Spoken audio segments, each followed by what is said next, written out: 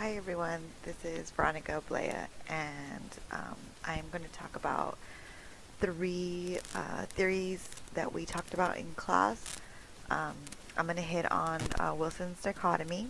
I'm also going to talk about Fayol's 14 principles, and then I'm going to round it with Weber's bureaucracy.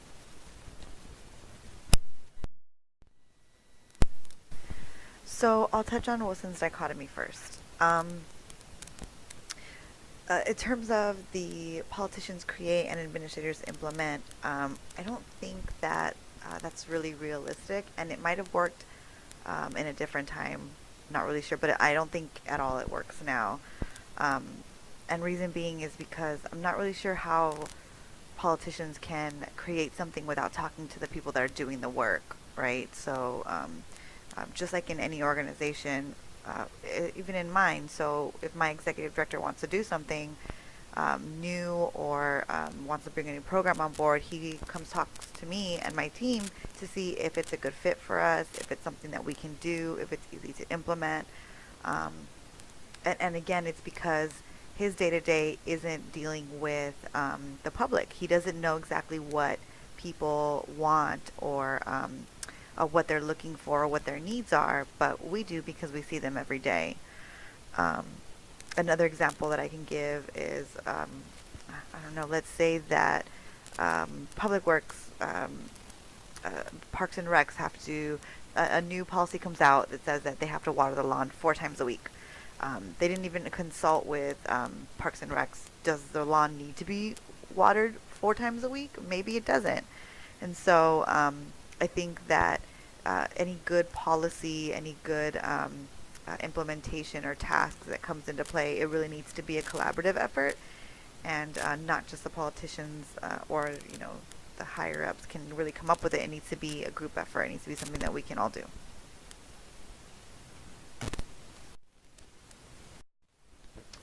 So the next thing I'll talk about is Fayol's principles.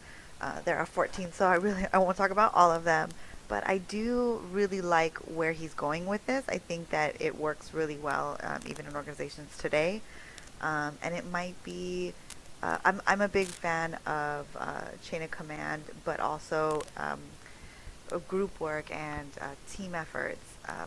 And so I think that that's where he's going. He brings in the human element to Taylor's theory, really, and I think that it's really. I think he sees the importance of the people, and I like that he sees the benefit in stable people because I do too. It's so important. So much time and energy goes into training individuals that it's tough when turnover rate is so high.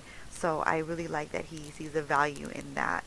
I also think that his principles have accountability for not only the manager but also the worker. One of the principles that I really agreed with, or that I really think works or could work. I guess it's not really it's not really implemented right now. I don't see it a lot in my work life or in government. But I think that the principle about subordination, um, basically it's for the greater good of the organization, right? And so I think if more people felt this way and did that, um, then it would be a more balanced and well-rounded workplace. For example, unions, when they go to negotiate with the city, let's say, Public Works or the lifeguards or whatever they want to raise, and so they have to go to city council and negotiate that. Um, and I think that there's no balance in that. There's no subordination on either side, right? They're not thinking of the organization. They're thinking of themselves. There's a lot of that me. Um, and understandable, right? Like everybody wants to make sure that they're taken care of. But I think if there was more thought about the greater good, then maybe the workers wouldn't ask for more than what they actually need, and the city council or the directors would be able to compensate fairly for what the workers do and not say that they're not going to do anything. Because in reality, if the organization or the city or the municipality that you're working for isn't doing well, then they could lose their job too. So then everybody loses. So I think that I really, really agree with that subordination principle that Fayal talks about. And I think that if we had more of that now, it would be a better workplace.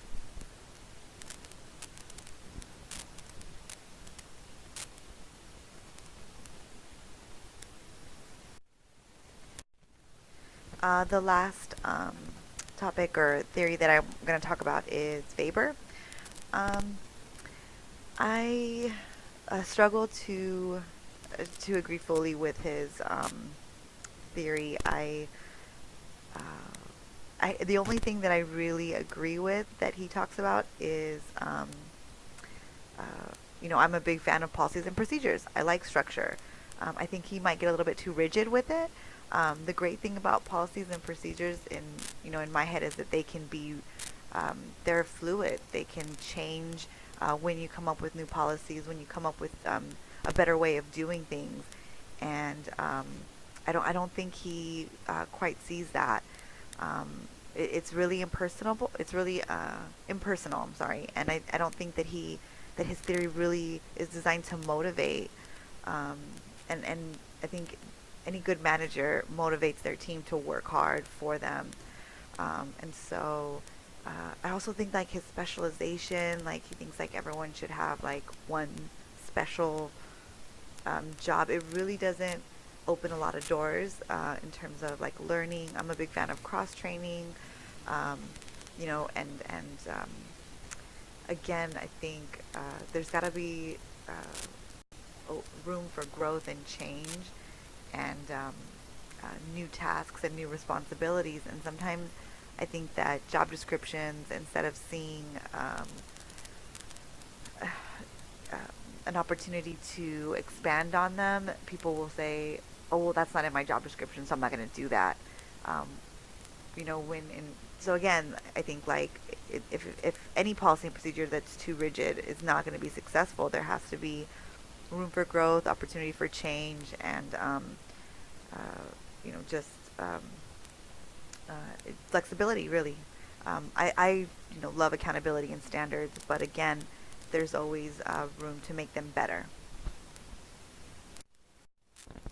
Okay, those are my thoughts on the theories that we talked about. Thanks for listening, and I look forward to hearing all of your presentations. Thanks.